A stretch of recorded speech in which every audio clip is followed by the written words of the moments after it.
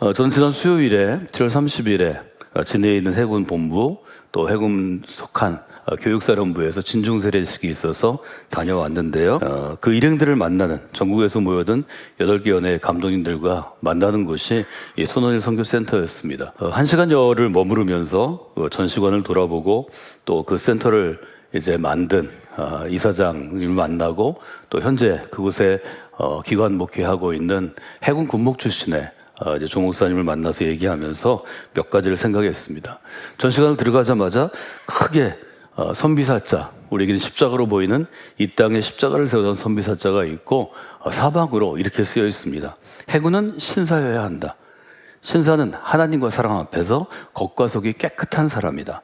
신사는 하나님과 나라를 향해 충성을 다해야 한다. 하나님을 향한 사람, 그리스도인의 삶, 그리고 국가의 한 국민으로서 특별히 식민지 시대를 지나고 또 전쟁의 시대를 지나고 가난의 시대 가운데 나라를 세웠던 저희 부모님 세대에 더 앞선 저희 조부 세대 또 조모 세대에 있었던 일들을 다시 한번 돌아보는 그러한 시간이었습니다. 조표가 앞에서 아주 오랫동안 제가 서 있었습니다. 하나님에 대한 사랑, 또 나라에 대한 사랑, 또 나라를 이루는 일종의 백성들, 사람에 대한 사랑, 그리고 하나님이 그들에게 주신 소명을 한 그리스도인이 하나님의 부르심에 응답할 때 한 국가에서 어떤 일들이 일어나고 불과 그때로부터 100년이 지나지 않은 시대, 그가 부연히 하나님 사랑과 나라 사랑을 붙잡고 1945년 8월에 해군을 만들어야겠다고 일어난 지 아직 100년이 되지 않았는데 대한민국 군대는 세계의 강군이 되었고 이제 해군은 미국과의 군사협정에 따라 제한은 있지만 잠수함에 이르기까지 전체를 가진 사실은 강군이 되었습니다. 광복을 맞이해서 우리나라의 바다를 지킬 결심을 한 이 손원일 이 제독은 나중에 장군이 됐으니까요. 처음에 해군을 만들었을 때 엄청난 고생을 했다고 그럽니다. 아직 정부가 꾸려지지 않았고 국가적인 지원이 없으니까 보급품이 없이 그저 아주 열정을 가지고 애국심을 가지고 함께했던 70여 명과 함께 해군을 만드는 것입니다. 군가도 없고 그들이 먹을 것, 살 것, 여러 가지가 없고 무엇보다 해군인데 전투함이 없었다고 합니다. 전투함이란 해군은 군대니까 자기를 방어할 뿐만 아니라 또 우리 국토를 방어해야 되는데 전함에 배에 한 포가 없는, 말하자면 배에서 쏘는 대포가 없는 그러한 낡은 배들을 가지고 처음에 시작해야 했다고 합니다. 심지어는 군가조차 없어서 일본군이 부르던 군가에 우리말 가사를 얹어 개사를 하다가 손원일 제독의 아내가 홍은혜 권사님인데 홍은혜 권사가 노래를 만들어서 지금까지 부르고 있는 노래는 바다로 가자라는 그러한 군가입니다. 바다로 가자는 가사 중에 이런 가사가 있습니다.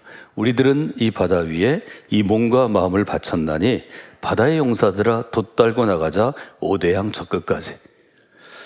대포가 있는 전함 하나 없는 그저 식민지 이후에 겨우 독립한 신생국가에서 아주 가난한 나라에서 오대양 저 끝까지 이 전함이 나가기를 노래하는 것은 저는 기계라고 생각합니다.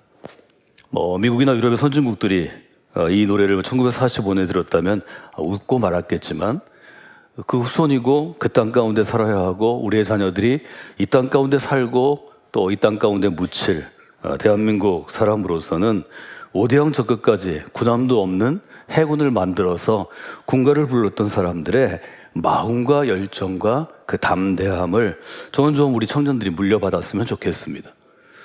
많이 갖고 있다고 해서 미래에 대한 기대가 있는 게 아닙니다. 유능하다고 해서 미래에 대한 기대가 있는 것이 아닙니다.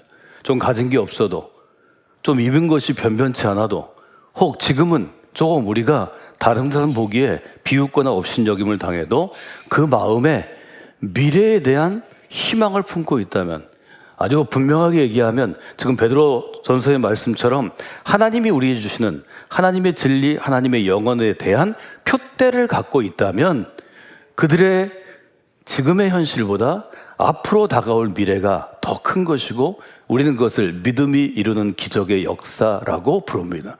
대한민국 해군의 역사가 한 사람이 그리스도로부터 시작돼서 그 그리스도인이 다져놓은 보이지 않는 마음의 기초, 정신의 기초 위에 세워져서 지금까지 그 뜻을 이어받는 후예들이 있다는 것.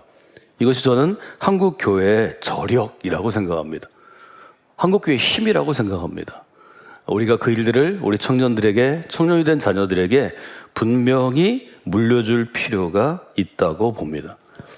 해군이 조직되고 나서 1948년 9월 5일에 대한민국 해군이 창설되었고, 그때 손원린 대령이 해군 참모총장, 초대 참모총장에 임명이 됩니다. 문제는 군함이었습니다. 군함이 없는 해군이 무슨 의미가 있고, 내가 함장으로 일할 군함이 없는데 참모총장이 어떻게 존재할 수 있습니까? 그래서 그는 1949년 6월, 아직 전쟁이 일어나기 1년 전에 함정건조기금 객출위원회를 만들어서 이제 군함을 구입하기 위해서 모금을 시작합니다. 먼저 군인들이 월급을 객출했다고 합니다. 그 당시로부터 시작해서 1960년대, 70년대, 80년대, 90년대까지 군인들 월급은 아주 적기로 소문이 나 있죠. 그런데 장교들이 매월 월급의 11조, 10%를 모았습니다. 그 밑에 있는 병조장이나 하사관 수병들도 7%, 5%를 모았다고 합니다. 저는 대단한 헌신이라고 생각합니다. 부인들은 손재독의 그 아내 홍은혜 권사와 더불어서 싹바느질을 하고 진해 청소 요역을 맡고 수공예품을 팔아서 정성을 보탰답니다.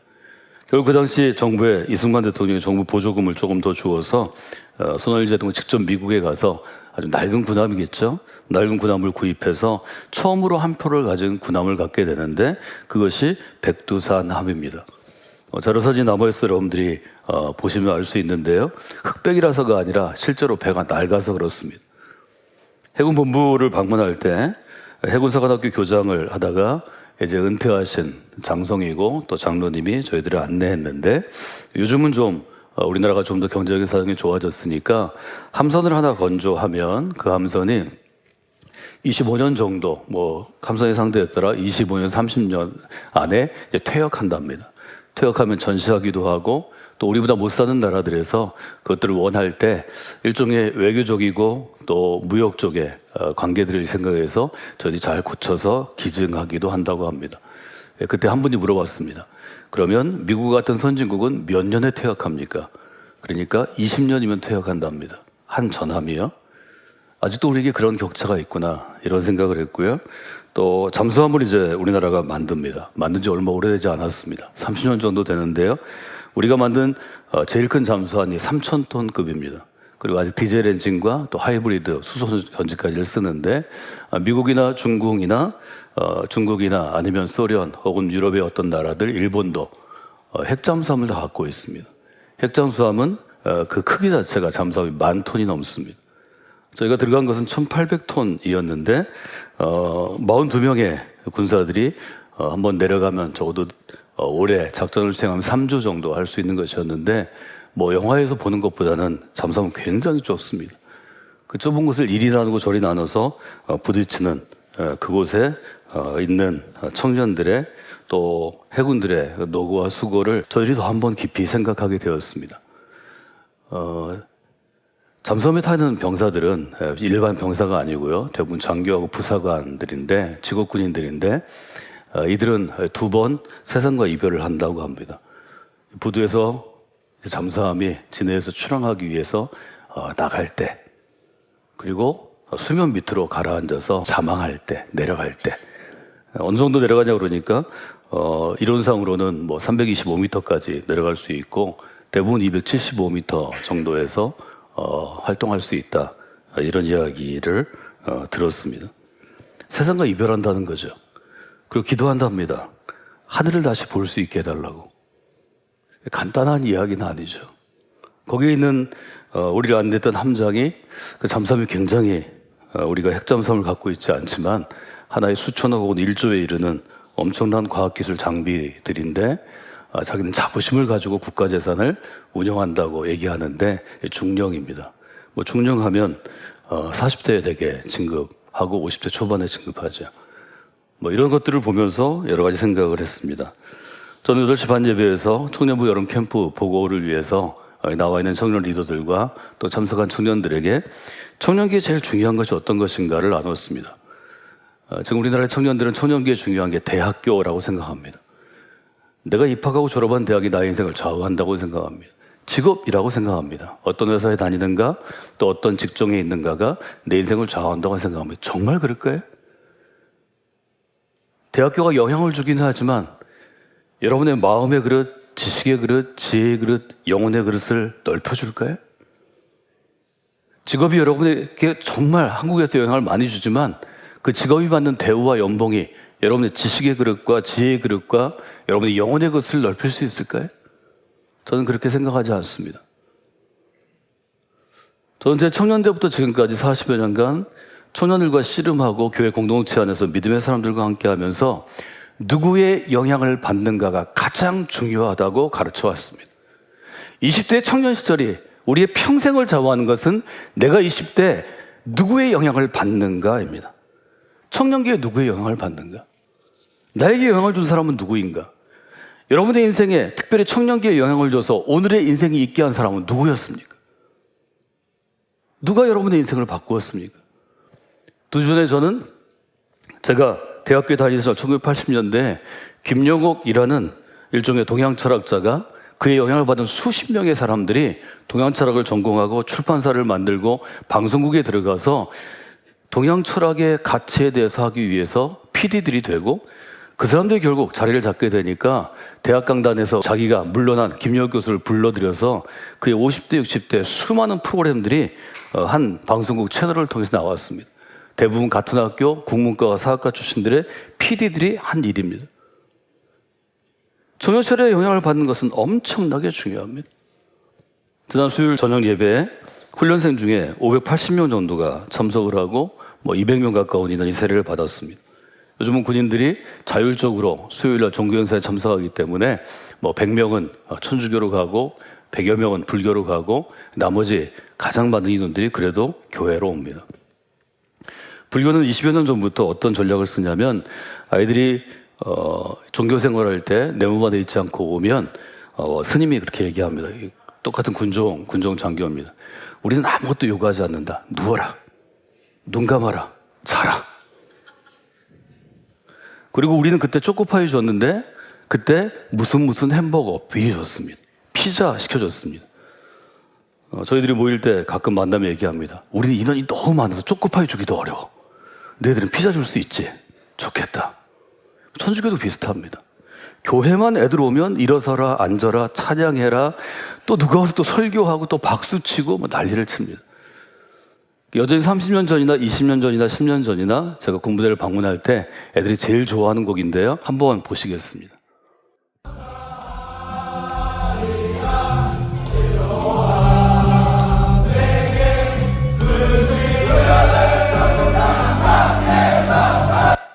여전히.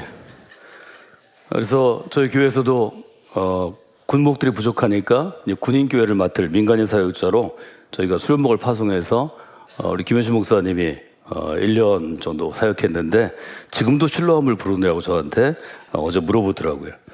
그러면 손원일이라는 이제 해군을 만들고 해군의 제독이 된 이 장군에게 누가 영향을 줬을까요?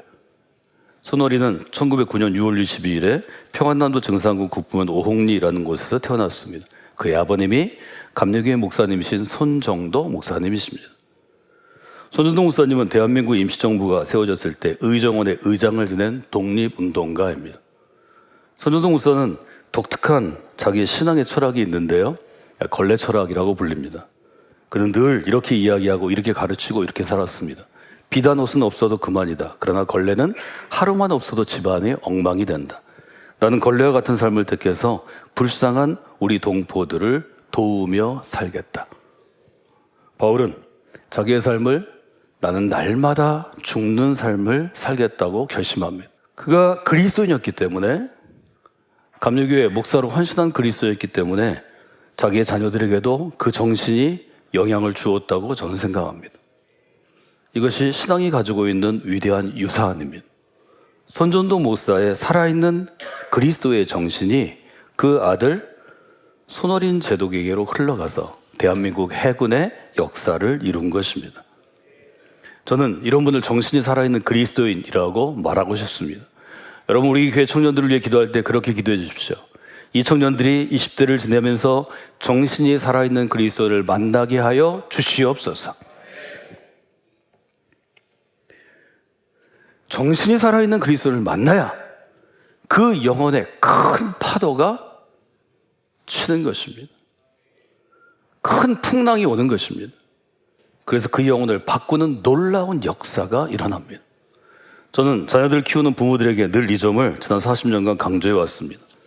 독립기념관에 대사전시관에 있는 액자처럼 정신이 살아야 나라가 사는 것입니다. 한 개인으로 따지면 정신이 살아야 내 인생이 사는 것입니다. 우리 교회로 따지면 그리스도의 정신이 살아야 교회가 사는 것입니다. 이것을 기억해야 합니다.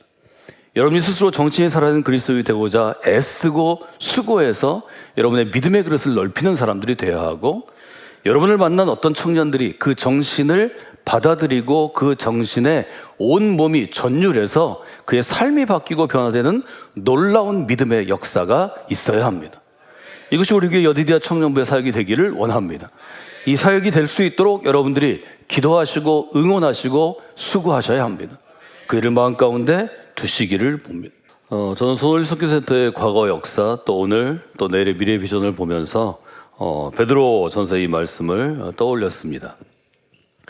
여러분이 찬양으로도 함께 부르는 아주 간단한 내용이지만 우리의 신앙이 어떤 것인지를 잘 보여주는 그런 아주 압축된 그런 고백이라고 생각합니다. 풀은 마르고 꽃은 떨어지되 오직 주의 말씀은 세세토록 있도다. 여기 세세토록은 영원토록 있도다. 이렇게 번역해도 아주 매끄러운 번역이 될 것입니다. 그렇습니다. 이 세상의 모든 것은 사라지는 것입니다. 우리는 그것을 유한하다 이렇게 표현합니다. 한계가 있는 것입니다. 시간의 차이만 있죠. 푸른 곳이 될 것입니다. 며칠을 더 갈 수 있죠. 지금 너무 덥죠. 그러나 9월 말이 되고 10월이 되고 12월이 돼도 더울까요? 이 여름이 그렇게 오래 갈까요? 수십일 지나면 결국 가을은 오게 될 것입니다. 청년들은 지금 미래가 있죠. 건강하죠. 그러나 이 청년들이 앞으로 100년간 건강한가요? 100년 후면 우리도 흙 속에, 이들도 흙 속에, 우리의 영혼은 하나님 나라 속에 있지 않을까요? 베드로전서는 오직 하나님의 말씀만이 영원하다고 고백합니다. 전도서는 청년의 때 이 점을 반드시 기억해야 한다고 도전합니다. 풀은 마르고 꽃은 시드나 오직 주의 말씀은 세세토록 있기 때문에 살아있는 정신이란, 또 영혼을 담보할 수 있는, 포괄할 수 있는 정신이란 우리는 하나님의 말씀, 그리스도의 말씀에 있다고 고백하는 것입니다. 청년들은 정신이 살아있는, 정신이 들어있는 말씀 위에 인생이 세워져야 예수님의 비유처럼 흔들리지 않는 반석 위에, 우리 교회가 반석 위에 서 있는 것처럼, 우리 교회 밑이 가장 단단한 돌들인 것처럼 반석 위에 세워진 인생이 되는 것입니다. 이 베드로전서는 이사야 40장의 인용입니다. 23절에 보면 베드로는 썩어질 씨와 썩지 아니할 씨를 구분합니다. 땅에 심는 씨는 물질이어서 결국 썩게 될 수밖에 없습니다. 그러나 썩지 아니할 씨를 우리의 삶 가운데, 우리의 마음 속에 심으면 그것은 하나님의 뜻과 하나님의 인도, 하나님의 섭리에 따라서 30배, 60배, 100배의 열매를 맺어서 놀라운 그러한 결실을 하게 된다는 것입니다. 손원일, 홍은의 이 그리스도인 부부의 헌신이 해군을 만들었을 뿐 아니라 그 이후로부터 80년 동안, 앞으로 100여 년 혹은 200년 동안 그의 정신이 살아있어서 그 정신에 공감하고 동의하고 자기의 삶을 헌신한 수많은 군 장교들과 부사관들과 또 일반 병사들에 의해서 지금까지 그 정신력이 지탱하고 있다는 거죠. 이 손원일 선교센터의 미래 비전은 어떤 것인가요? 작전 중에 나가는 함정들이 있습니다. 배들이 있습니다. 또 잠수함이 있습니다. 한번 나가면 오랜 동안 항구로 들어오지 못합니다. 거기서 주의를 지내야 하고 매일매일을 지내야 합니다. 목사님이 거기 함께 갈 수 없습니다. 또 그 정도 숫자도 되지 않습니다. 그들 중에 누군가가 리더가 돼서, 평신도 목회자가 돼서 움직이는 교회를 세운다는 것입니다.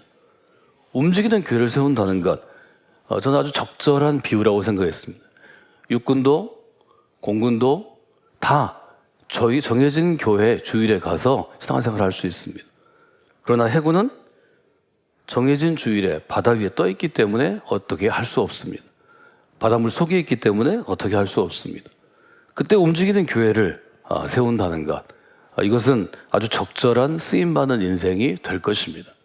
우리 청년들이 하나님께서 그들을 어디에 보내시든 어떤 직장, 어떤 도시, 또 어떤 산 가운데로 보내듯이 그 가운데서 이처럼 예배 공동체를 이룰 수 없는 사람들을 모아서 움직이는 교회를 이끌어 갈 수 있는 정도의 평신도 리더로 양육하는 것이 청년부 사역의 중요한 목표점, 표대가 되어야 할 것입니다.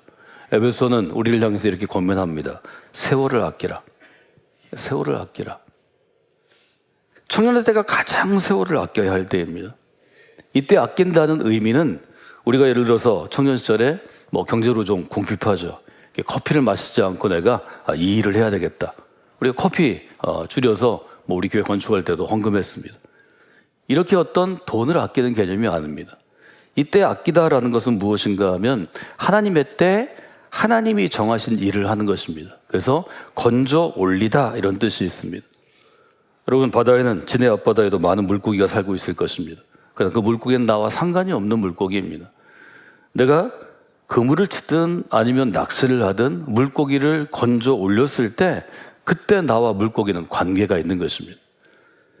시간이 1분, 1초, 10분, 20분 흘러가는데 그 시간이 모두 유의미한 것, 의미 있는 것은 아닙니다. 단 한순간이라도, 단 1초라도 영혼의 그물로 건져 올리는 것이 중요한 것입니다. 사랑하는 여러분, 우리는 우리 신앙생활의 목표점을 이렇게 정의했습니다. 하나님, 제 인생이 낭비되어 쓰레기통에 버려지는 인생이 아니라 하나님의 손에 붙잡혀서 쓰임받음으로 달아 없어지는 인생이 되게 하소서. 그리고 청년 시절 기억할 것은 청년 시절을 낭비하지 말라는 것입니다.